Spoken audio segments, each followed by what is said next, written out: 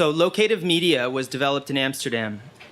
My own interest was inspired by the unique qualities of the city, and that's why I moved here. Over the years, the new media scene has supported my work and the kind of work that I've been interested in.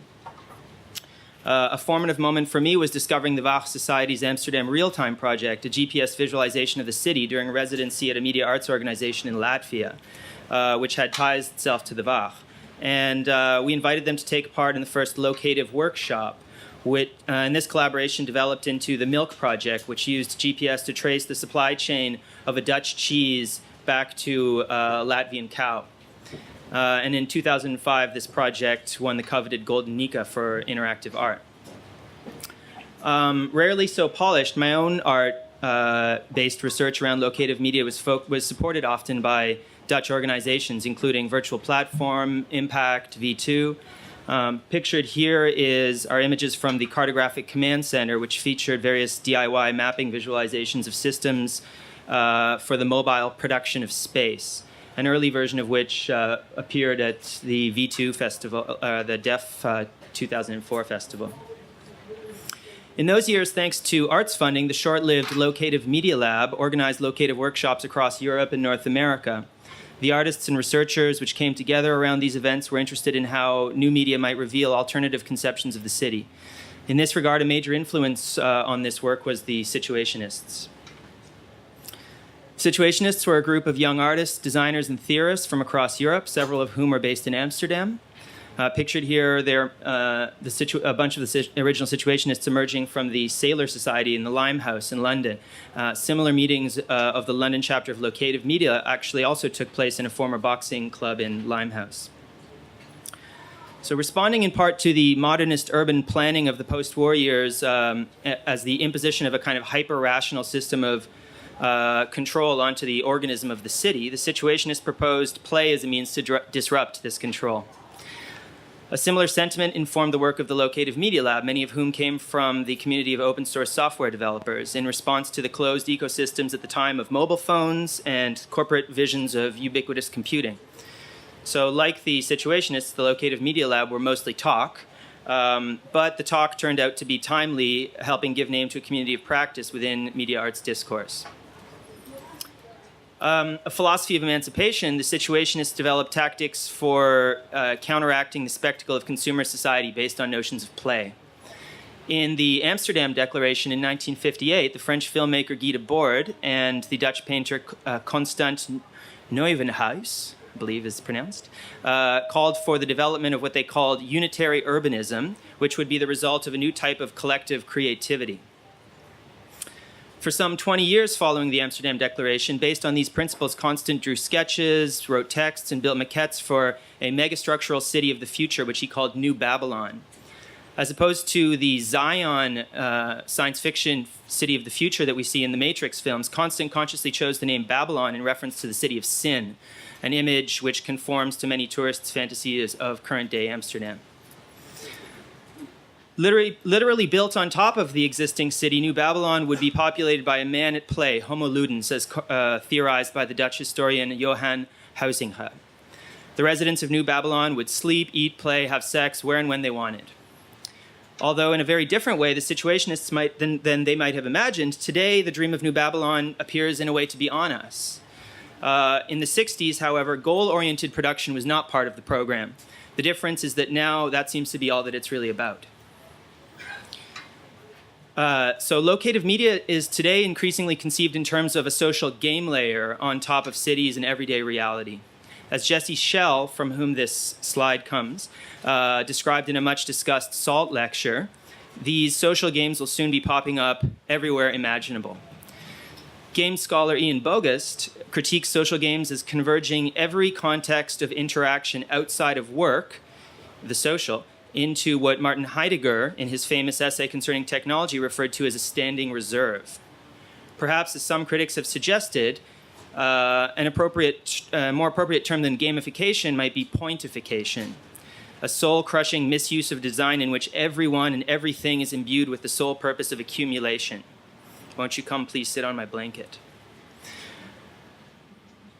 The avant-garde of which Constant and the Situationists were a part had a radically different notion of play in mind.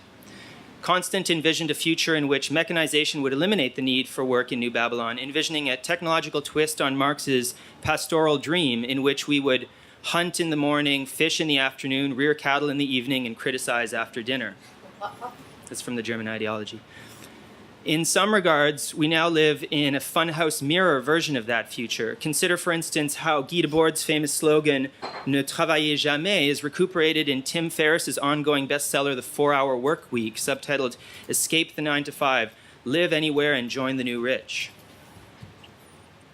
Referred to in a recent New Yorker as the self-help guru of today's outsourcing era, in his book, Ferriss teaches you how to emancipate yourself from work by getting a so-called virtual assistant in India, who in turn outsources his work to the Philippines. And I guess we're supposed to believe, as Stephen Hawking famously joked about pre-modern cosmologies, that it's turtles the whole way down.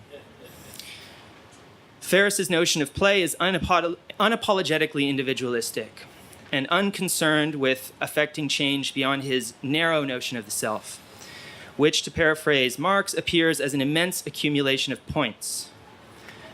The time Ferriss saves, he uses to acquire world records. For instance, he has the most consecutive tango spins in 1 minute. I'd like to suggest that we're interested here at this conference in a bigger picture than this, a starting point for which might be a hopeful view of the possibilities for play to affect social change. Huizinga, for instance, considered play as the primary formative element in human culture, and he held this view amazingly in spite of his own life experience of being imprisoned in a concentration camp during the fascist occupation of the Netherlands. The concept of play is, for instance, central to the field of developmental child psychology. In addition to Huizinga, another figure who inspired Constance New Babylon was the young Dutch architect Aldo van Eyck, who constructed children's playgrounds between 1948 and 1970, though of the 700 that were standing in 1970, there's only about 60 left. There's still lots of beautiful playgrounds in Amsterdam. Van Eyck was also something of an urban theorist, and a very Dutch one at that. He stated, "The city is when, in quotes, associative awareness changes and extends perception, rendering it transparent and profound." The concept, to me, seems to refer to a peculiar aspect of urban life here, whereby the Dutch leave their window drapes wide open, so that all can see inside. Comically referred to as a society of repressive tolerance, this historic center of capital has nevertheless long made space for radical future-oriented visions. The famous White Bicycle program, for instance, anticipated the contemporary rise of collaborative consumption by some 40 years. There is a distinct and unique model of citizenship here that's performed in everyday life. Consider, for instance, the simple act of bicycling, not too close, not too far, whatever you do, just don't stop the flow. It's all somehow about the flow here, isn't it? It makes perfect sense that Amsterdam would have provided inspiration for the situationist concept of the derive. Before GPS, it was impossible not to get lost here. Likewise, the situationist slogan, "Beneath the streets a beach," that's actually true here in Amsterdam. Indeed, for Deleuze and Guattari, Amsterdam was the prototypically rhizomatic city. The whole place is an instance of total design.